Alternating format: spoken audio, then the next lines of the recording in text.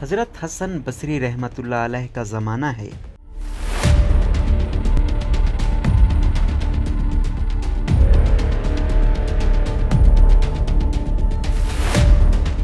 آپ کی ایک شاگردہ جو باقاعدہ آپ کا درس سننے آتی تھیں، نہایت عبادت گزار تھیں، اس بیچاری کا جوانی میں خاوند چل بسا۔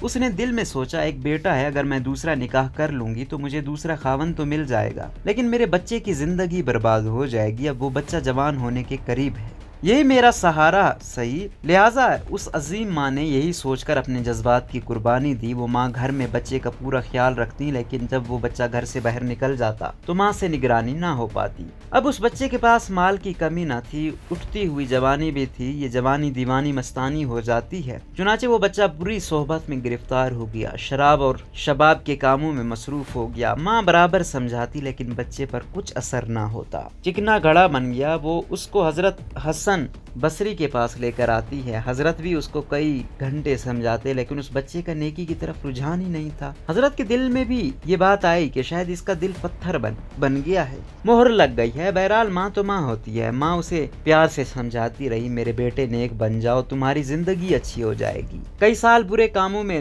لگ کر اس نے اپنی دولت کے ساتھ اپنی صحت بھی تباہ کر لی اور اس کے جسم میں لا علاج بیماریاں پیدا ہو گئیں۔ معاملہ یہاں تک آ پہنچا کہ اٹھنے کی بھی سکت نہ رہی اور بستر پر پڑ گیا۔ اب اس کو آخرت کا سفر سامنے نظر آنے لگا۔ ماں نے پھر سمجھایا، بیٹا تو نے اپنی زندگی تو خراب کر لی، اب آخرت بنا لے اور توبہ کر لے، اللہ بڑا غفور الرحیم ہے، وہ تمہارے تمام گناہوں کو معاف کر دے گا۔ جب ماں نے سمجھایا اس کے دل پر کچھ اثر ہوا، کہنے لگا، ماں میں کیسے توبہ کروں، میں نے بہت بڑے بڑے گناہ کیے ہیں۔ ماں نے کہا، بیٹا حضرت سے پوچھ لیتے ہیں۔ بیٹے نے کہا، ماں اگر میں فوت ہو جاؤں تو میرا جنازہ حضرت حسن بصری رحمۃ اللہ علیہ پڑھائیں۔ ماں حضرت کے پاس گئی۔ حضرت کھانے سے فارغ ہوئے تھے اور تھکے ہوئے تھے اور درس بھی دینا تھا، اس لیے کلولہ کے لیے لیٹنا چاہتے تھے۔ ماں نے دروازہ کھٹکھٹایا، پوچھا کون؟ عرض کیا، حضرت میں آپ کی شاگردہ ہوں، میرا بچہ اب آخری حالت میں ہے، وہ توبہ کرنا چاہتا ہے، لہٰذا آپ گھر تشریف لے چلیں۔ حضرت نے سوچا یہ پھر دھوکہ دے رہا ہے اور میرا وقت ضائع کرے گا اور اپنا بھی کرے گا۔ سالوں گزر گئے، اب تک کوئی بات اثر نہ کر سکی، اب کیا کرے گی؟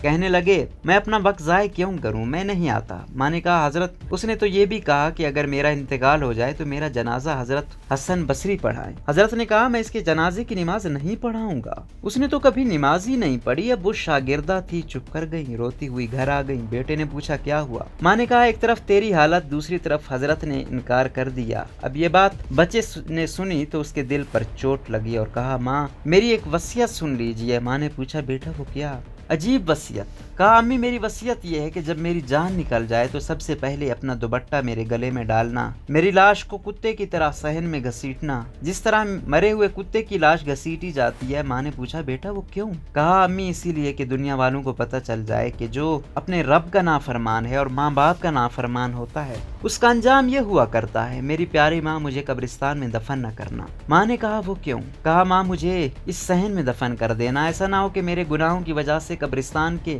مردوں کو تکلیف پہنچے۔ جس وقت نوجوان نے ٹوٹے دل سے عاجزی کی یہ بات کہی تو پروردگار کو اس کی یہ بات اچھی لگی، روح قبض ہو گئی۔ ابھی روح نکلی ہی تھی، ماں آنکھیں بند کر رہی تھی تو دروازے پر دستک ہوئی۔ پوچھا، کون؟